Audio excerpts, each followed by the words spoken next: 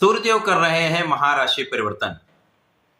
नवग्रहों में राजा सूर्यदेव 15 दिसंबर को अपनी राशि का परिवर्तन करने जा रहे हैं तथा वर्तमान वृश्चिक राशि को छोड़कर देवगुरु बृहस्पति की धनु राशि में प्रवेश करने जा रहे हैं। ये एक अत्यंत सकारात्मक परिवर्तन होने वाला है, क्योंकि अभी तक जो सूर्यदेव का गोचर चल रहा था ये मित्र की राशि में होकर भी राहु से पीड़ित था, अर्थात यहाँ पर ग्रहण दोष लगा हुआ था, जिसके कारण सूर्य अपना संपूर्ण प्रभाव नहीं दे पा रहे थे। अब यहाँ पर नवग्रहों में राजा सूर्यदेव महाबलवान होने वाले हैं, जिसके कारण समस्त राशि के जातकों को कुछ विशेष प्रभाव प्राप्त होने वाला है, कुछ विशिष्ट लाभ भी प्राप्त होने वाले। जय श्री गणेश। नमस्कार, मैं आचार्य संजय द्विवेदी। मेरे समस्त प्रबुद्ध दर्शकों का मेरे चैनल पर हार्दिक स्वागत है। प्रिय दर्शकों, आज मैं सूर्यदेव के राशि परिवर्तन प्रभाव को लेकर आपके सम्मुख उपस्थित हूं। सूर्यदेव नवग्रह में राजा हैं। राजा के समान ही इनका कर्तव्य है, उत्तरदायित्व है, क्षमता है, सामर्थ्य है, बल है। एक विशेष आभामंडल सूर्य का होता है, जिसके समक्ष में समस्त ग्रहों का प्रभाव निर्बल हो जाता है। अब सूर्यदेव जो इस प्रकृति में जब इनका आगमन होता है तो इस संपूर्ण जगत में प्राण का संचार हो जाता है, प्रकाश का प्रवाह हो जाता है, ऊर्जा का प्रवाह हो जाता है। सूर्य जो आत्मबल के कारक हैं, सूर्य जो पिता के कारक हैं, शासन सत्ता नेतृत्व के कारक सूर्यदेव हैं। जब ये अति बलवान होने वाले हैं, निश्चित रूप से कुछ विशेष करने वाले। आज मैं कर्क राशि के लिए सूर्यदेव के इस राशि परिवर्तन का किस प्रकार का प्रभाव प्राप्त होगा, किन भावों में वृद्धि होगी, इस समय में आप कितना लाभ ले पाएंगे, अथवा कहीं पर कोई समस्या है तो उसका क्या निराकरण है, संपूर्ण विश्लेषण मैं पूर्ण तर्क के साथ करने जा रहा हूं। प्रिय दर्शकों, इस राशि फल को आप अपने लग्न तथा राशि दोनों के अनुसार देख सकते हैं। कर्क राशि चंद्रमा की राशि है, जहां पर सूर्यदेव धन भाव के स्वामी, धन भाव के स्वामी का गोचर अब आपके षष्ठम भाव में प्रारंभ होगा, जो कि तृक भाव है, निर्बलता का भाव है, रोग ऋण शत्रु का भाव है। परंतु यहां पर सकारात्मकता यह है कि सूर्य को किसी प्रकार का कोई तृक दोष नहीं लगता। अब सूर्यदेव का गोचर जब आपके षष्ठम भाव में होगा, मित्रोत भाव में होते हुए षष्ठम भाव में गोचर करेंगे, तो यहां पर सर्वप्रथम तो आपके शत्रुओं का पराभव निश्चित रूप से होगा। यहां पर आप अभी तक जो ऋण चुका नहीं पा रहे थे, उन ऋणों को आप चुकाने में समर्थ हो पाएंगे। यहां पर कुछ ऐसी स्थितियां बनेंगी जब आपके लिए धन का योग बन जाएगा।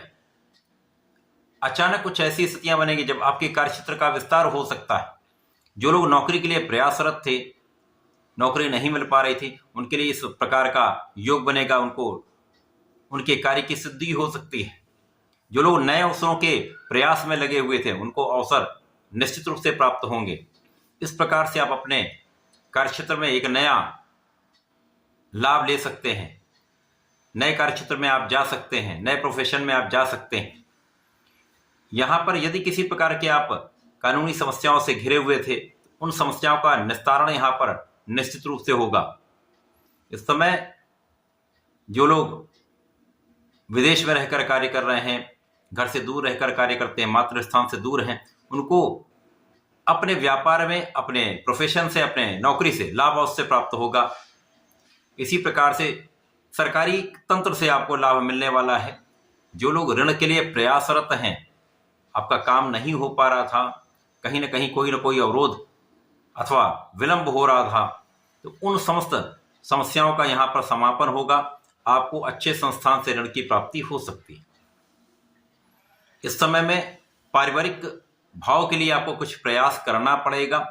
परिवार में आपको मतभेद भुलाकर कार्य करना पड़ेगा। परिवार के सदस्यों के बीच में मधुर संबंध के लिए आपको अपने व्यवहार को बदलना पड़ेगा।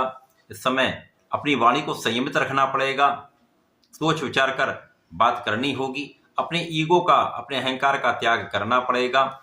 इसी प्रकार से इस समय में पारिवारिक संपत्ति के लिए कुछ प्रयास अवश्य करना पड़ेगा। यदि आप यहाँ पर प्रयासरत रहते हैं तो आपको पारिवारिक संपत्ति से भी लाभ मिलेगा, परिवार के सदस्यों से भी आपको लाभ मिल सकता है।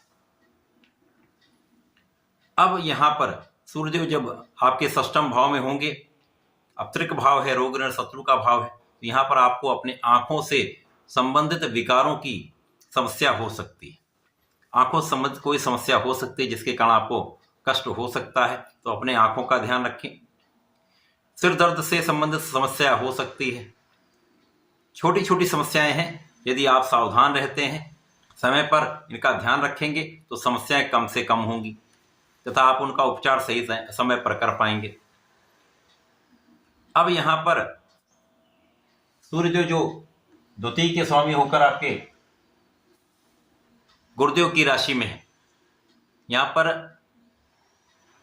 कर्क राशि के लिए गुरुदेव भी अत्यंत कारक भी हैं तथा भाग्य के स्वामी, षष्ठम के स्वामी वर्तमान समय में लाभ भाव में।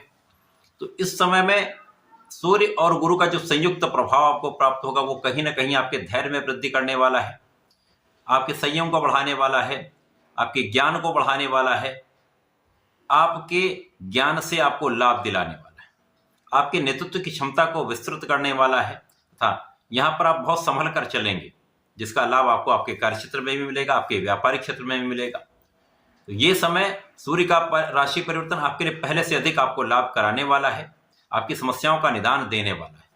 इस समय में आपको नियमित रूप से भगवान सूर्यदेव को जल देना चाहिए तथा ओम घृणी सूर्याय नमः का कम से कम 11 बार जप अवश्य कर लेना चाहिए।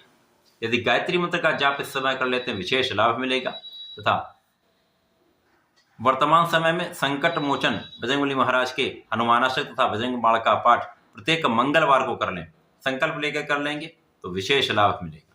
तो ऐसा करके इसका लाभ लें। धन्यवाद, नमस्कार।